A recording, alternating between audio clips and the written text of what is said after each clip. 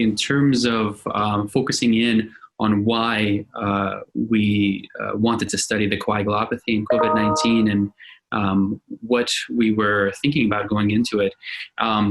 So certainly, just like everywhere in the world, we had a lot of patients in our community who unfortunately were infected with the SARS-CoV-2 virus. Early on, we had an opportunity, as this developed from its inception, unfortunately, in December 2019 and spread around the world, we got more and more reports. We were seeing more reports that there was a significant hypercoagulability associated with this disease process. And so for that reason, we wanted to see how we can understand the mechanism of this hypercoagulability, because it seemed different, right, Alfred? It seemed different from other hypercoagulable conditions. Yeah, I agree. I remember, George, being on an early phone call with you when a bunch of investigators at Yale were speaking with a group of physician scientists over in China, and they started talking about these peculiar thrombotic features that they would see in the digits. Do you remember this? I do, and, yeah, the ischemic digits. Yeah. The ischemic digits, yeah. And you know, we were hearing about this and thinking that this really sounded like a microvascular problem. And it seemed like in the weeks afterwards, you know, we started hearing all these reports of COVID patients dying from blood clots and having really weird cases of blood clots that didn't seem to fit the norm. And I think the other thing too was that there were early reports that were saying that COVID patients, particularly those with blood clots, tended to have something like DIC, disseminated intravascular coagulation. But you and I started looking at the labs and we really didn't think this looked like DIC. So between that and these weird blood clots, it seemed like we were dealing with something very different. And I think you and I had a series of midnight conversations that thought it would be really interesting to look at these patients. Yeah, it certainly didn't fit DIC, right? Because you had these really high fibrinogen levels. You had your high D dimer, but then you had a pretty much normal, maybe slightly increased prothrombin time, and the platelet counts in most cases was mild thrombocytopenia, if there was any thrombocytopenia. And so we just we started just by asking a clinical question, you know, and talking about the fact that, is this really DIC? It doesn't seem consistent with it. And so we looked at a few hundred patients, this is before our current study, and just clinically observed and calculated their ICH-DIC scores, and none of them really fit DIC criteria, outside of, for one, of course, as you remember, Alfred, who had the abruptio placenta and had other reasons to have a high DIC score. And so from then on, it was a series of conversations, and we knew that we had a lot of patients hospitalized in the ICU, a lot on the floor, which are the non-ICU patients. And we thought that a neat way to look at this may be to do a cross-sectional study, at least to start there, and to take a look and see, you know, can we biochemically characterize and prove that this is not DIC? And beyond that, can we go a step beyond? Because there is some incidence, like you said, of microvascular thrombosis. Can we find any evidence of an augmentation of the coagulation cascade? What's happening with the fibrinolytic pathway? And importantly, what's happening with the endothelial cells? Yeah, I remember when we were sort of designing the project, you know, it became clear that we needed to involve a whole lot of different people. So, you know, you and I were sort of at the core of this, but we brought on, you know, our student and another fellow and other people from lab medicine. And we were brainstorming about what sorts of lab tests would be interesting to look at. And that initial list had about 50 different lab tests. That's right. That's right.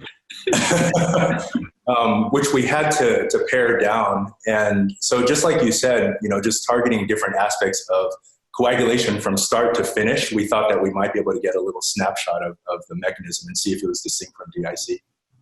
And so I think with that, right, we narrowed down the amount of tests that we thought we needed to prove our hypothesis, sufficiently so. And then we worked with our pulmonary critical care colleagues to identify patients in the ICU who, as much as possible, were not only in the ICU, but the most severely ill patients. And so a large proportion of them were intubated patients. And we had 48 individuals there. And then we made sure to have an adequate amount of controls. And we had 20 non-ICU patients. And as we discussed in the talk on Sunday at the late-breaking oral, we really broke apart our understanding of what we found into 4 different categories, right, Alfred? In terms of the mechanism to help it be digestible. Part of our data was designed to look specifically at the coagulation cascade, and using various biomarkers, we were able to determine that yes, coagulation cascade is definitely activated. But the piece that sort of made things a bit more interesting was this whole question of DIC, right? Because just like the ISTH DIC scores in these patients were low, and therefore the patients didn't seem to have DIC. When we measured specific biomarkers that are quite good at predicting DIC, particularly endogenous anticoagulants like antithrombin, protein C, and protein S, and also fibrinolytic inhibitors like alpha-2 antiplasmin, we did not see those decreased the way that you usually do in DIC. And so I think both of us sort of felt like that was pretty good confirmation that just as we were seeing clinically, these patients really had something very distinct from DIC. Yeah, that makes sense. And that was even the case in ICU patients too, right? Even the sickest of the sick. And beyond that, you mentioned the augmentation of the coagulation cascade. We also saw elevated levels of the thrombin, antithrombin complex. Of course, the D-dimer levels that were elevated both in the non-ICU and the ICU settings. And beyond that, I think, interestingly, PI1 levels, which is plasminogen activated inhibitor 1, were elevated in both non-ICU and ICU patients. And certainly that, and also in combination with our thromboelastography results, right? The normal lysis 30 time in a lot of our patients, 96% of them to be exact, it suggests that there may be an inhibition, at least of classical fibrinolysis. Kind of the icing on the cake and the really important part here is the von Willebrand factor 8 levels, things that are synthesized in the endothelial cells. And we know that those are significantly elevated even in patients who are not critically ill, which is a significant finding. And then in those who are critically ill, those are elevated even further. And so I think that clued us in that we needed to look at more endothelial cell markers. Right, Alfred? Yeah, the von Willebrand piece was really interesting because, recall that a lot of diseases with inflammation or associated with inflammation will be characterized by having high von Willebrand factor levels. And so I think that part in itself wasn't so surprising, because when patients get sick or infected with anything, pretty much, you can often expect the von Willebrand levels and the factor VIII levels to go up. I think what was so surprising to us, though, was, like you said, not only were they up in both non-ICU and ICU patients, but in the ICU patients specifically, the levels of many, many patients, I forget what percentage, but many of them were through the roof. Undetectable, yeah. Yeah, over the upper limit of detection.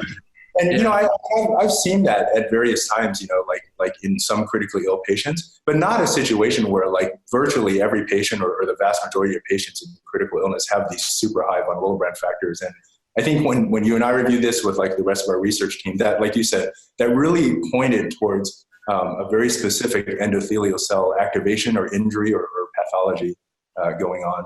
And from there, we were so lucky to be able to have incredible colleagues in cardiology and beyond, like you mentioned. And specifically here, I point out cardiology and endothelial cell biologists and platelet biologists, because they were really key in helping us bring this home, right? We specifically looked at 3 different novel markers that haven't been looked before. And we did that again in the ICU and the non-ICU setting. Soluble P-selectin is one of them. And we know that's made both in endothelial cells and platelets. Soluble thrombomodulin is very specific for endothelial cells.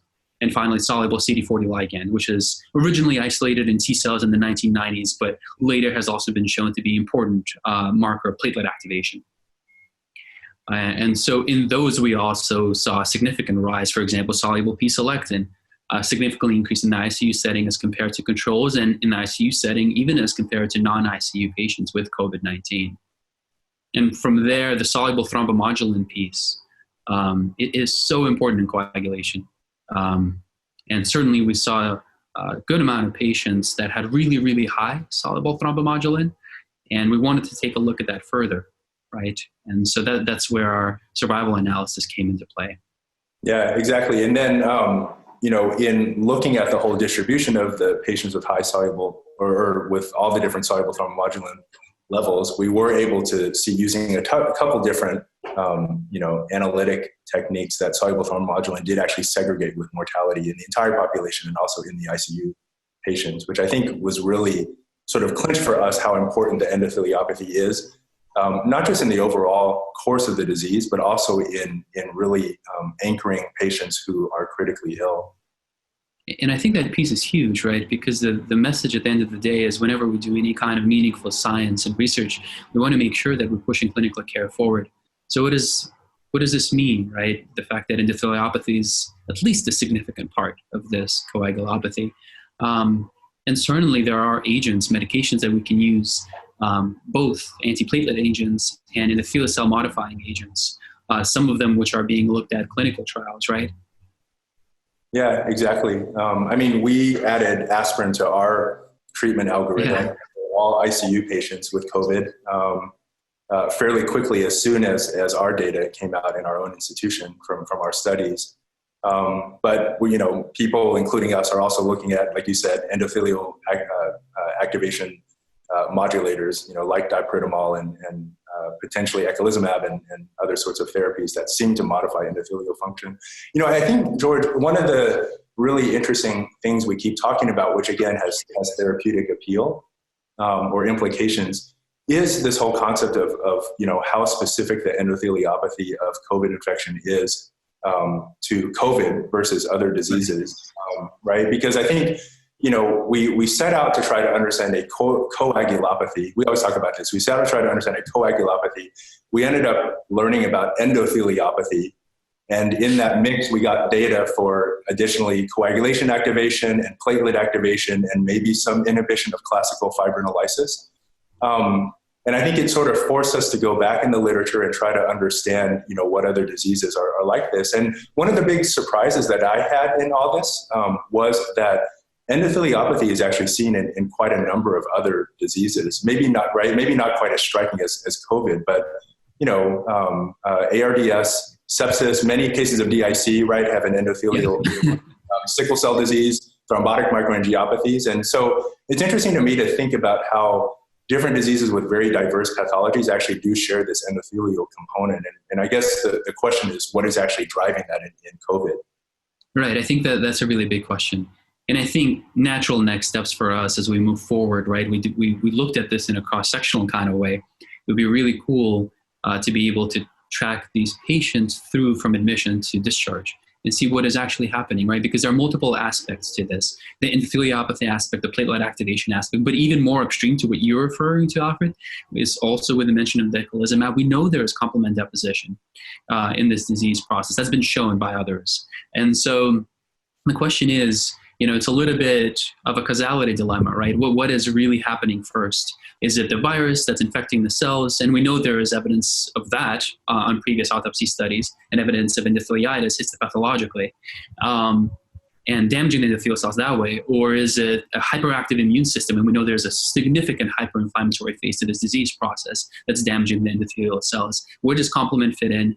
And then those are important questions because managing thrombosis here may be both managing the thrombosis piece and also helping prevent it to happen as well by targeting something upstream, whether it's complement, whether it's some inflammatory cytokine marker.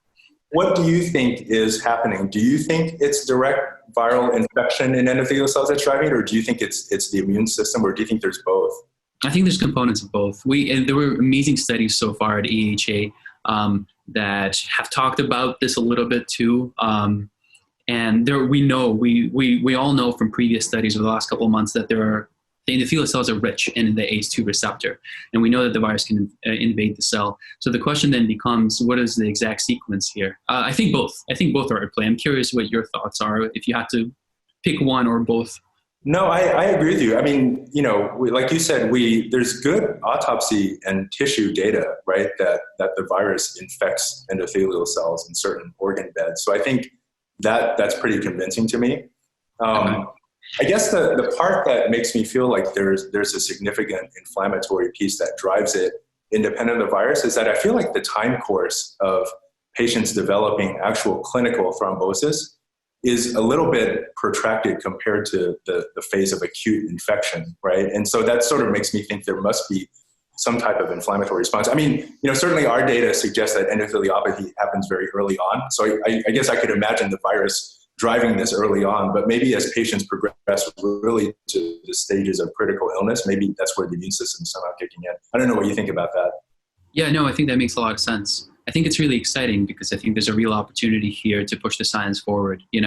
Certainly exciting to be able to share our findings. And I want to thank again the European Hematology Association on AHA 25, the entire planning committee, for giving us an opportunity to share this data, because there are other researchers all over the world who are looking at similar things. And I think together we can push this field forward. And ultimately, sadly, unfortunately, I think by the end of this, we're all going to know somebody who was infected with SARS-CoV-2 and individuals who have died. And at the same time, it could also be any of us. So I think that in the meantime, while we have the time and the resources and the privilege to be able to pursue this work, we need to do that to the full extent. So George, where do you see the best therapeutic options on a broad scale? Because, in response to these higher rates of thrombosis, a lot of institutions, including our own, start treating everyone, right, with escalated intensities of anticoagulation. I sort of wonder if our data not challenges that, but just calls into question whether that is really enough. Where do you see all of that sort of heading therapeutically? Yeah, I think that's a super important question. It struck me that in the literature, so much is written about the benefit of anticoagulation, and certainly it is important. But when you really read the fine print and you look at the studies, there is a benefit, even a survival benefit, to prophylactic anticoagulation as compared to no anticoagulation. We know that. Several studies have published that. Nobody has actually come out and shown that full dose or intermediate dose anticoagulation has a survival benefit. And certainly if there is a microvascular thrombosis component, especially in the pulmonary vasculature that's causing that's causing a lot of the decline from a respiratory standpoint, you would imagine that trying as much as possible to prevent the upstream signaling, so to speak, and the pathogenesis, I should say, of clot formation, whether again that's complement, certain inflammatory cytokines. I think that in combination with the consideration for anticoagulation is important. But right now, I just want to be clear too on the point that you're bringing up. There is no safety data, there is no efficacy data for anything about prophylactic anticoagulation. And I think for a lot of our colleagues who are not paying as close attention to this particular aspect, it's important to keep that in mind, that every time you see a headline in the news about anticoagulation saves lives, we don't actually know that that's the case beyond prophylaxis. And again, that's important because in countries where patients are hospitalized, like the United States, and I can comment on our hospital system here, the vast majority of patients by default will get prophylaxis, prophylactic anticoagulation. That was shown in the New England Journal of Medicine study back in the early 2000s, late 1990s, that there's a benefit there. But the question is there a benefit to beyond that? Yeah, I agree with you. And I think the other thing too that's important to keep in mind, again, like going back to other disease models of endotheliopathy, the things that the other diseases where there's a significant endothelial component are usually microvascular diseases. We just mentioned sepsis, DIC, sickle cell disease, TTP, et cetera. And in almost none of those does anticoagulation actually change the natural history of things, right? There are instances of DIC, of course, where anticoagulation helps, but the reason is because DIC is also very hypercoagulable, and you're basically, by anticoagulating in some patients, you're sort of tripping the excessive activation of the coagulation cascade. But beyond that, the other microvascular diseases really don't benefit from anticoagulation. And so on the one hand, I would have a tough time not encouraging progressive anticoagulation in COVID patients because, again, the rates of VTE are so high. But on the other hand, I agree with you. We have reason to be skeptical that certainly that we may be missing the boat if we just focus on anticoagulation and not anything else. Yeah, I definitely think it's multimodal. There's no question about that. And I look forward. We're waiting, right? We're still awaiting clinical trial data, prospective data to actually show this one way or another. But in the meantime, I think there is much more to this than just coagulation, like you said. Yeah, it's exciting and humbling at the same time. Very much so. Again, I guess I want to say thank you to the European Hematology Association and thank you to VJHemOnc for giving us an opportunity to talk about something that we've been talking about nonstop for the last 3 months, and hopefully benefits somebody out there. Feel free to contact us at any point. Our emails are on the Yale websites, and I'm always excited and happy to talk about this because this is an important topic that we need to tackle together.